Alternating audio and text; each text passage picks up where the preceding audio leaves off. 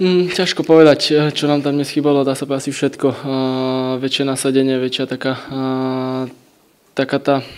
jak by som to nazval, to čo nás vždy zdobilo doma, že máme taký kľud na lopte, kľud na kopačkách a tlačíme sa do tých šancí. Teraz si myslím, že máme problém s tým, že keď dojdeme do tej poslednej tretiny toho ihriska, tak aj nevieme presne, čo máme robiť. Máme taký nepokoj na tých kopačkách a potom sa strácame, topíme sa, dá sa povedať, v súbojoch a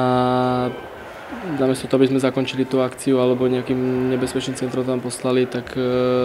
strácame tie lopty a potom to hrozí tým, že super ide do protiútoku a presne na to sme sa dneska chystali a bohužiaľ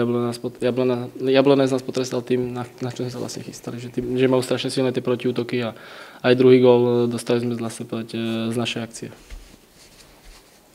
S chalanmi sme hrali, dá sa povedať, stále sme sa točili medzi sebou a myslím si, že keď to fungovalo minulý rok, dá sa povedať, alebo v predošlých zápasoch, tak prečo by to nemalo fungovať aj teraz, ale hovorím, sme zase v nejakom krči, ktorý nechceme mať a povedal som to po zápase, neviem, či sme už boli hlavami vo finále toho poháru, ale určite týmito výkonmi len ťažko budeme bojovať o ten pohár a presne som hovoril, že treba pristúpať od zápasu k zápasu a nesústrediť sa na to, čo bude za pár týždňov, pretože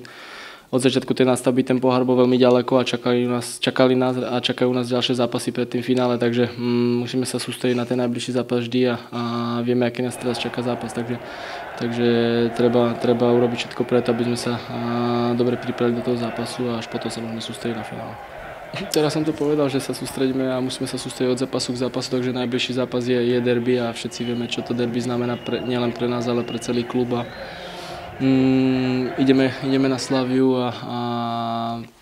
čaká nás veľmi náročný zápas, ale vieme, ako tie derby prebiehajú, takže treba sa sústrediť na ten zápas a až potom na tie ďalšie. Takže najprv sa sústredíme na derby a samozrejme na to, aby sme podali oveľa lepší výkon, ako sme podali teraz posledné zápasy.